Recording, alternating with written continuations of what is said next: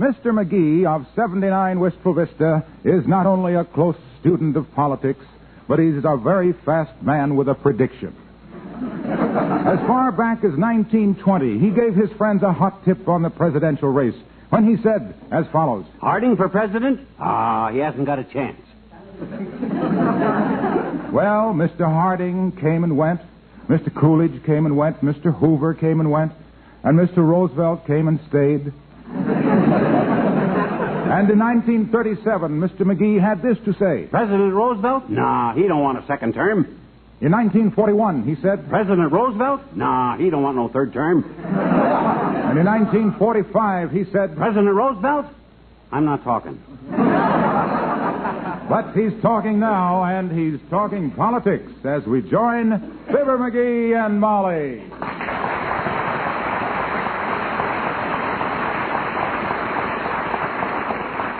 This is it, Molly. This is it. It's happened at last. I got it this morning. Boy, oh, boy, oh, boy, oh, boy. Well, what is it? What have you got? Are you sick?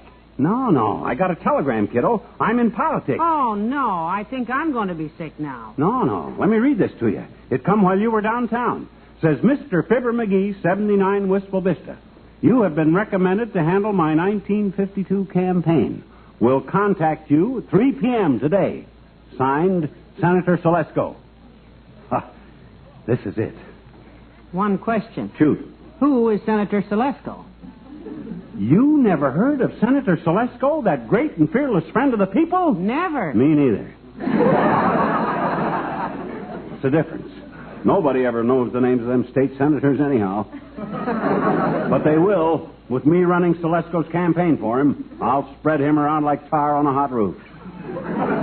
You really think you can help him, huh? Help him? Ha! I'll re-elect him senator just like that. Then governor. Then president.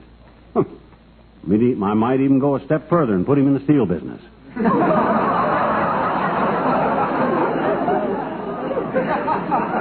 Well, you certainly make everything sound mighty simple. Well, the minute that telegram come, my brain started clicking out ideas. I'm going to organize a big rally for tomorrow night. Line up the City Hall crowd. Call Kramer's drugstore and order cigars. Cigars? Yep. Going to get a few boxes of alfalfa Coronas for passing out.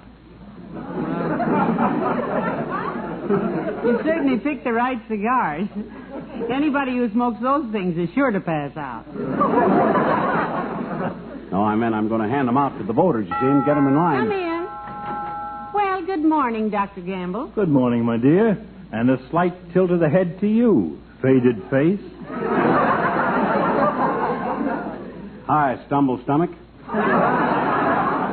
For once, I'm glad to see you, boy. I got a proposition to make to all the big men in Wistful Vista, and you're about the biggest. Thank you. In fact, you looked like you went to the races, came home in a barrel, and then put some clothes on over it.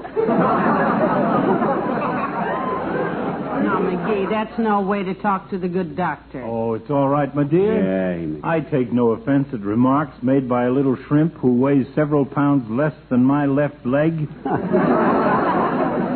What's the proposition, Tiny? I've been asked to handle his 1952 campaign by Senator Selesko.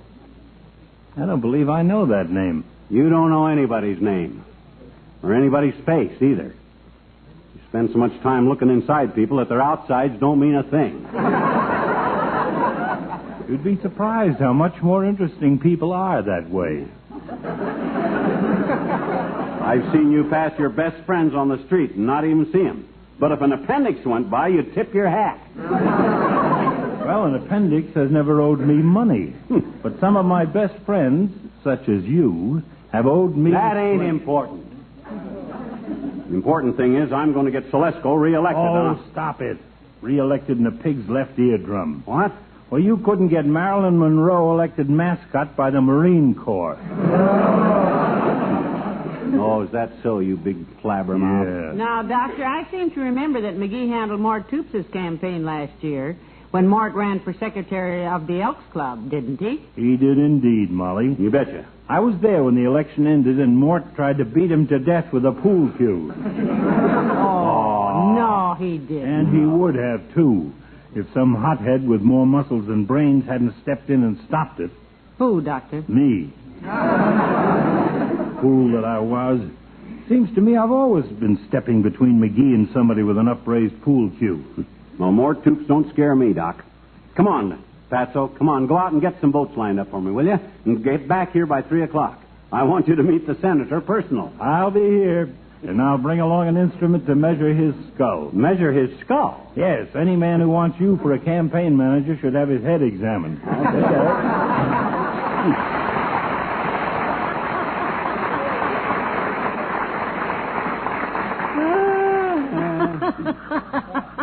Fat lot he knows about politics. Probably thinks the Secretary of the Interior does operations. Well, I better get busy here. Where's my typewriter? Typewriter? Sure, my typewriter. Where's my typewriter? Oh, I know where that baby is. Right here in the hall closet. Oh, no, McGee, don't open that closet.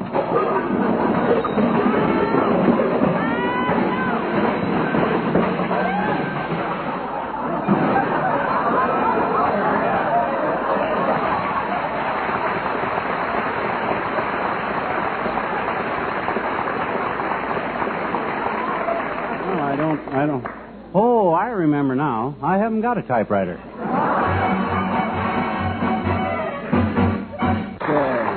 There's nothing like a good old waltz. Well, let me see now. I got the banners ordered. Mort Toops is looking for a place to hold the rally tomorrow night. Oh, I know what I want to do next. Order some buttons. Buttons? Yep, I want to get a price on 10,000 red, white, and blue buttons that say, "Let's go with Celesco." And one medium brown button that don't say anything. What's the brown one for? The top of my vest. I popped it off just thinking about what a big man I'll be when hand me the phone. Here, operator, give me the Atterbury Company. George, is that you, Mert? Oh, dear. How's every little thing, Myrtle? Tis, eh? What's say, Mert? Your cousin Frank had an argument with his wife at bedtime, went downstairs and blew his head off. Oh, how dreadful. What caused the argument? A glass of beer.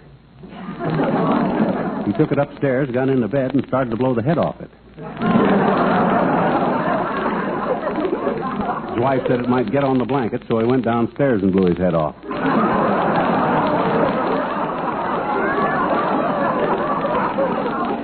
Okay, the line's busy, Mert?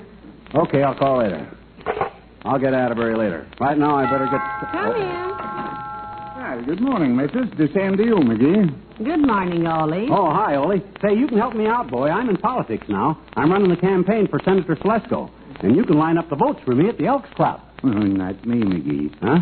Me and my missus get mixed up with politics once, and since then I leave 'em alone. What happened to you and your wife, Ollie? Well, in the mail we get 2 letters with pictures of 2 fellers. Yeah? One says vote for Smith, and the other says vote for Jones. Mm-hmm. Well, I like Smith because he has a nice square head like my Uncle Oscar. But the missus, she likes Jones because he got curly hair and a dimple. As good a reasons as any. So she tries to change my mind, and I try to change hers. I see. Jones is the farmer's friend, she says. But we ain't farmers, I say. No, she says, but it's good for a farmer to have a friend. On the farm, it gets very lonesome. Yeah. Now, there's a fine hunk of logic. Smith is as honest as the day is long, I say. Yeah? Maybe, she says, but who watches him at night? Well, that's not a bad argument. Oh, it's got to be very unhandy, missus. Before politics, when we go to bed, I'd say, "Good night, sweetheart." And she'd say, "Good night, sweetheart," and leave it kiss. After politics, I say Smith, she says Jones, and we yank out the light.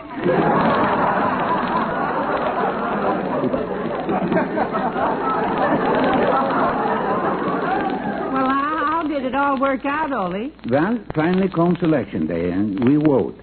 I say, if Smith don't win, you can give me a swift kick. And the missus say, if Jones don't win, you can give me one. Well, who won? A fella named Joe Hibbert. So, me and the missus, we kick each other and live happy ever after. So long, both of them.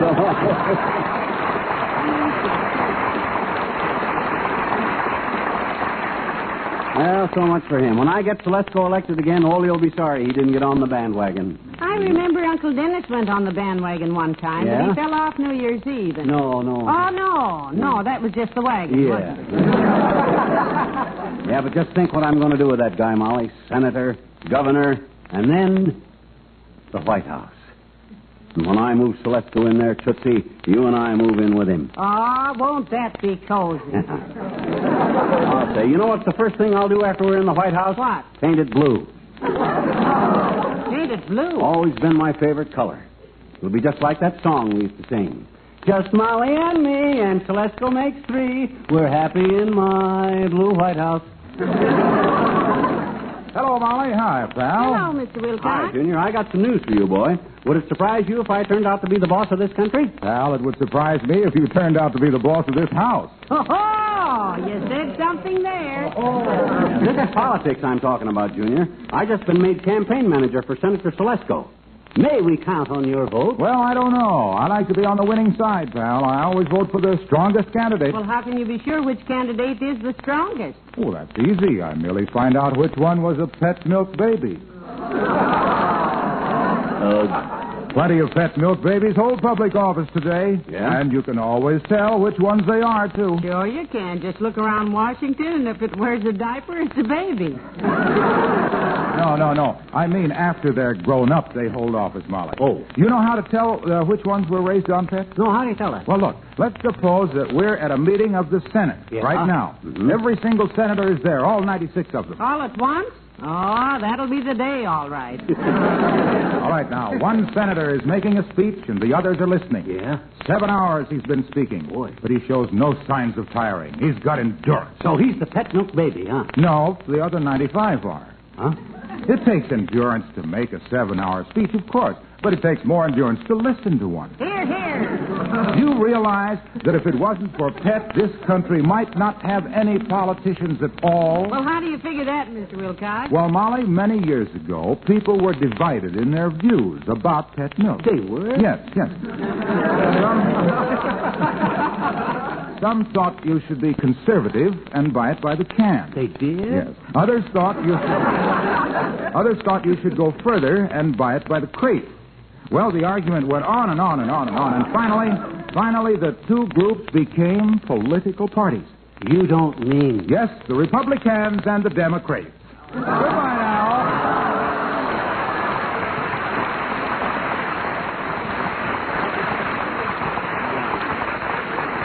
Just which side Wilcox is on, kiddo. I've been wondering that for years. Well, I can't worry about him. I got work to do. Brain work. To be a success in politics, kiddo, you got to think fast. You can do it. Well, I always have. They still talk about the fast thinking I done in the courtroom the time I won the case of the vase back in Peoria. I never heard about that. I never told you about the platter of fudge and the pudgy judge and the stolen vase case in Peoria. You never did. Well, sit down, baby, and I will. You see, Bud Mudge was our local judge, and old pudgy Judge Mudge loved fudge. Well, who doesn't? I handled a case for a guy named Pace, charged with stealing the vase from the Grace Vase Works. When Grace waved the vase in the judge's face, you could see Pace's case was shaky. It looked bad, did it? Well, I could see Judge Mudge had some kind of grudge, but I judged the judge was just hungry. So in court, I trudged with a platter of fudge, went up to the judge, gave him a nudge, and I won me the case of Grace versus Pace just by bringing old Judge Mudge fudge.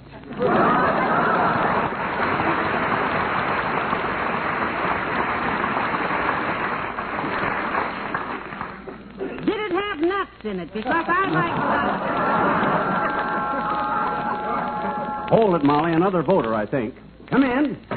Hello there, kids. Hi, daughter. Hi, Johnny. Hello, Mr. Oldtimer. Hi, old-timer. How are you going to vote for senator this year? Same way I always do, Johnny. Yeah? Just walk in the booth, grab me a ballot, mark a big X onto it, take the $5, go to the next precinct. No!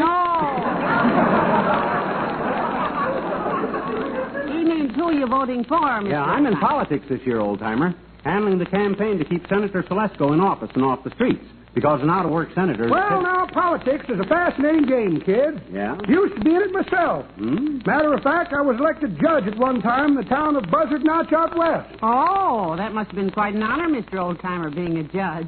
What were your qualifications? Well, the judge had to sit behind a big wooden desk with a gavel in his hand. Yeah? Buzzard Notch was a hard-drinking town, and I was the only man who stayed sober enough to hit that desk with a gavel. I could do it 2 times out of 3.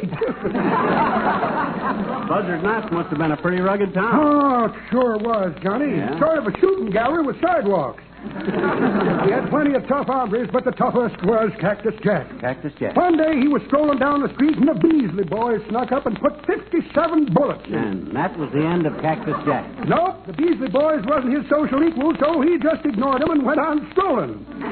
And a week later, he died of thirst. Died of thirst?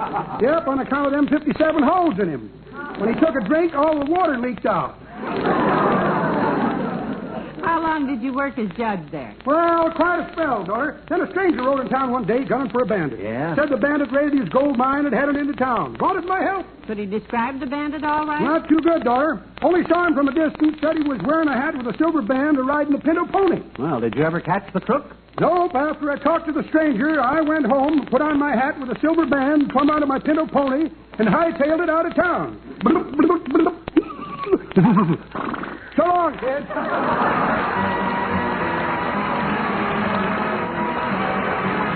The King's campaign is really shaping up, Molly. I want to write down a few ideas for Celesco's platform while they're fresh in my mind. Where's my automatic pencil? In your tweed vest. Well, where's my tweed vest? At the cleaners. Oh.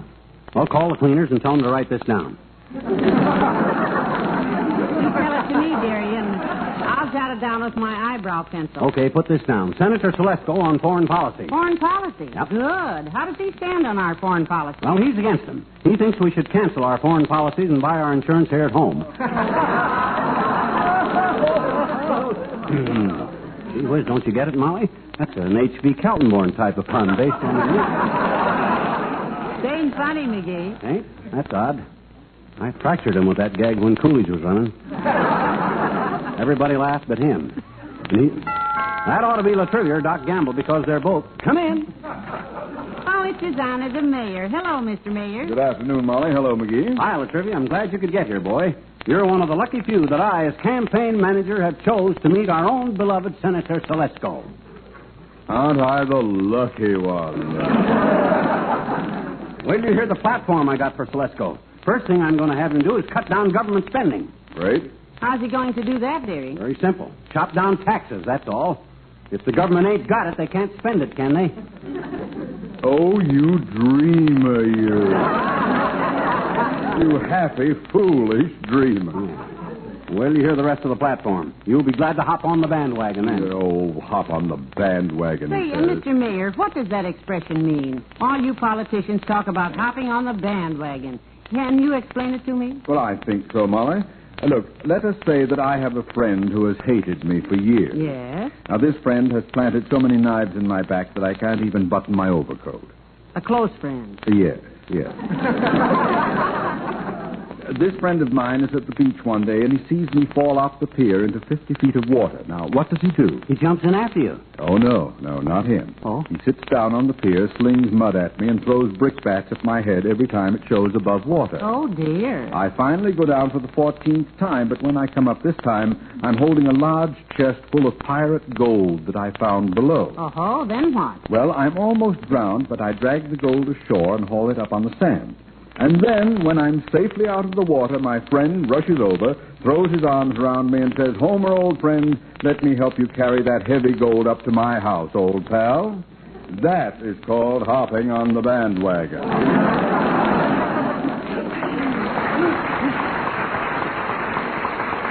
that's very interesting. I've always wondered. Come in. Hello there, Mr. Wimple. Oh, hi, Wimp. Hello, folks. Hi, Wallace.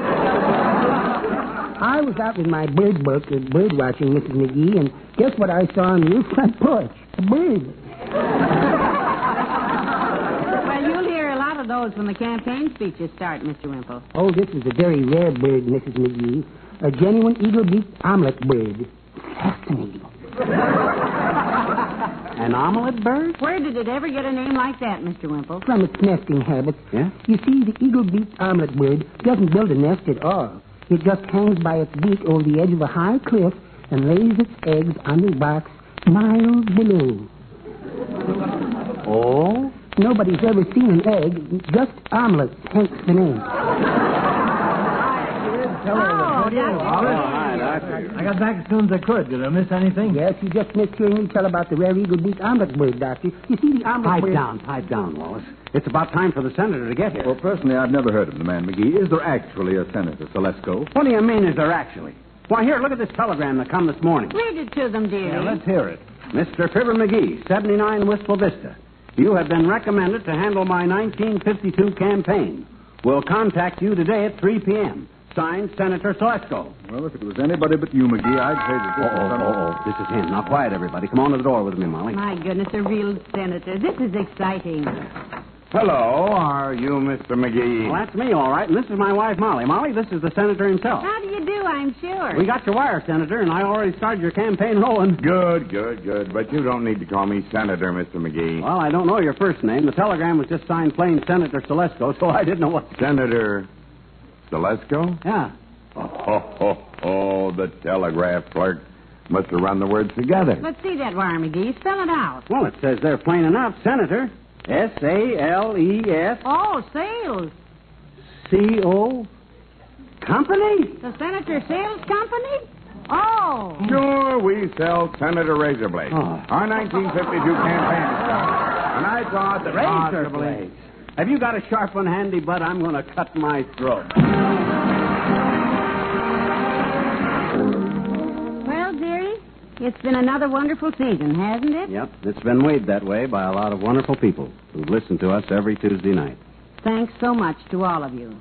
It's time for us to leave you again for the summer. But we're leaving you in good hands. As an old friend of ours and an old favorite of yours,